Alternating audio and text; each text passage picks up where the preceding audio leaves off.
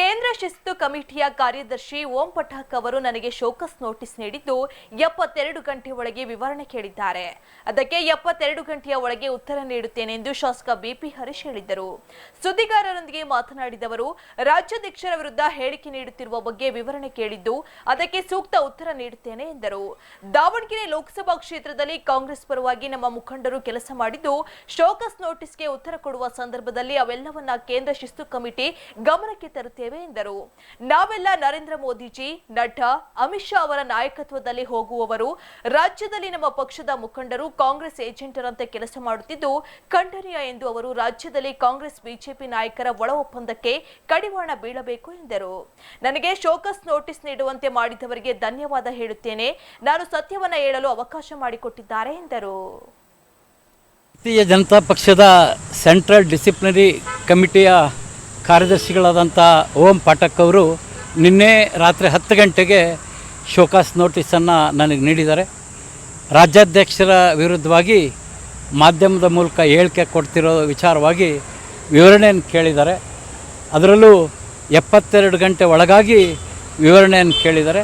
72 ಗಂಟೆ ಒಳಗಾಗಿ ನಾನು ನಮ್ಮ ರಾಷ್ಟ್ರೀಯ ಡಿಸಿಪ್ಲಿನರಿ ಕಮಿಟಿಯ ಕಾರ್ಯದರ್ಶಿಗಳವರಿಗೆ ನಾನು ಉತ್ತರವನ್ನು ಕೊಡ್ತೇನೆ. ನಾನು ಲೋಕಸಭೆ ಚುನಾವಣೆ ಭಾರತೀಯ ಜನತಾ ಪಕ್ಷದ ಅಭ್ಯರ್ಥಿ ಪರಾಭವಗೊಂಡ ಕ್ಷಣದಿಂದ ಅಷ್ಟೇ ಅಲ್ಲ, ಲೋಕಸಭೆ ಚುನಾವಣೆ ನಡೆಯುವ ಸಂದರ್ಭದಲ್ಲಿ ಇಲ್ಲಿ ಪಕ್ಷ ವಿರೋಧಿ ಚಟುವಟಿಕೆ ನಡೀತಾ ಇದೆ.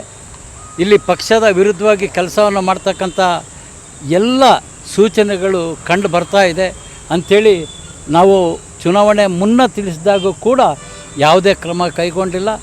ಅದನ್ನೇ ಮುಂದುವರಿಸ್ಕೊಂಡಂಥವರು ದಾವಣಗೆರೆ ಲೋಕಸಭಾ ಕ್ಷೇತ್ರದಲ್ಲಿ ಕಾಂಗ್ರೆಸ್ಸಿನ ಪರವಾಗಿ ನಮ್ಮ ಜಿಲ್ಲೆಯ ಪಕ್ಷದ ಮುಖಂಡರು ಕೆಲಸ ಮಾಡಿರ್ತಕ್ಕಂಥದ್ದನ್ನು ನಾವು ಈಗೇನು ಶೋಕಾಸ್ ನೋಟಿಸ್ಗೆ ಉತ್ತರ ಕೊಡುವ ಸಂದರ್ಭದಲ್ಲಿ ಈ ಎಲ್ಲ ವಿಚಾರಗಳನ್ನು ನಾವು ಸಮಿತಿಯ ಗಮನಕ್ಕೆ ತರಲಿಕ್ಕೆ ನಾವು ಪ್ರಯತ್ನ ಪಡ್ತೇನೆ.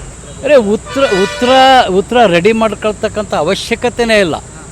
ಪ್ರಾಮಾಣಿಕವಾಗಿ ಭಾರತೀಯ ಜನತಾ ಪಕ್ಷದ ಲೋಕಸಭಾ ಅಭ್ಯರ್ಥಿ ಸೋಲಿಸಲಿಕ್ಕೆ ಏನೇನು ಮಾಡಿದರು ಅಂತಕ್ಕಂಥದ್ದು ಇಡೀ ಜಿಲ್ಲೆಯ ಅಷ್ಟೇ ಅಲ್ಲ, ರಾಜ್ಯದ ಜನಕ್ಕೆ ಗೊತ್ತಿದೆ.